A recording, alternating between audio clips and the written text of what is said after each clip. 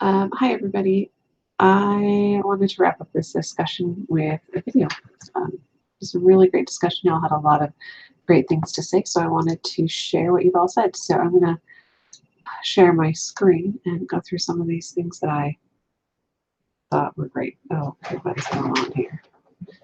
We're going to stop that for a second.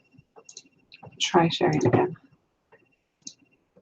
Much better. Okay, so Jennifer said to re-engage students, she'll email them individually, help them understand the importance of their voice in the discussion, and then she'll sometimes incorporate at least one question that requires an answer. Deborah will post a response and ask them specific questions and also ask them to elaborate. That's kind of similar to Jennifer's. Remind them about the requirements and grading rubrics, contact non-engaged students and try and find out why they aren't engaging. For Rebecca, I liked her ideas. She'll post an announcement a few days before the deadline to remind them to respond to their peers. She'll ask them questions. She'll send emails. Catherine makes sure every student gets a response to their post, whether it's from her or from a student. And then she'll use the detail message for any student who has not made a post on time. Catherine, I liked how you did that. I think that helps students individually not get lost. Kathleen will compliment students in wrapping up a prior discussion, posting a summary, complimenting them for an active, engaging discussion. She'll point out new information that she learned and thank them for their hard work. Olga talked about using open-ended questions and rubrics,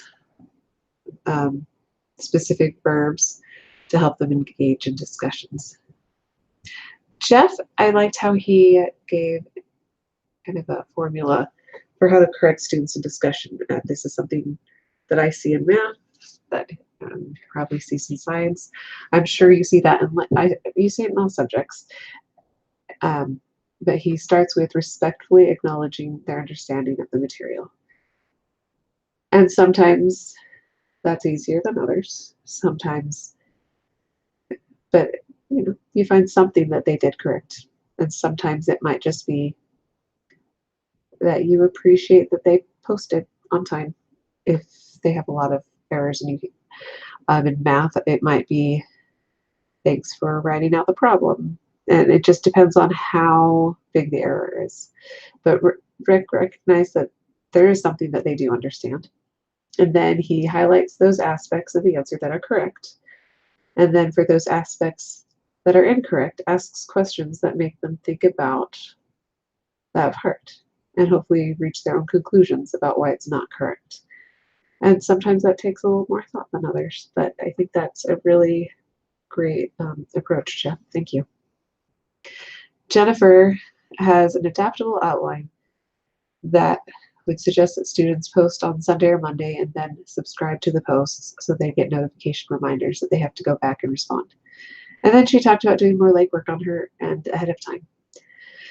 And for me, that's really, really critical, just because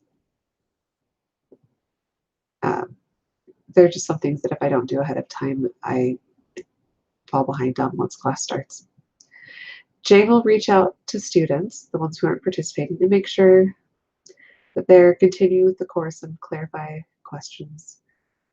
When the discussions in general aren't well attended, she'll post an announcement and ask students to pour a cup of coffee and come join the discussion. Eric will directly message the students who are not participating. He said, as I interact with students online who are re-engaged after a life moment or just apathy, it usually entails a one-on-one interaction via email. It usually involves a moment of recognition on my part, but I also include some motivation to continue as the class doesn't stop. And so I liked how he worded that. It's a nice balancing act on both ends. Elizabeth talked about emailing them and asking them if everything's okay. And then she'll ask them in the discussion to answer a question and might tie it into something that they said in their discussion. I think that's a really nice, non-threatening way. Jean will weekly set up a group email reminding students of the expectations in the discussion, and she'll remind students of the withdraw date but encourage them to contact me if they're struggling. I think that's a very kind approach because some students panic and withdraw before they need to, and some of them just need to have the support to know that they can keep doing what they need to do. Lee said that he engages his students more through feedback throughout the week, and he lets them know that what they're doing wrong or what they're doing great, and explains how they can bump their scores in the future. Rachel said that she's messaged her students through D2L in the past to remind them if they've missed a deadline or if their post was missing something, and found that that really seems to help them engage better.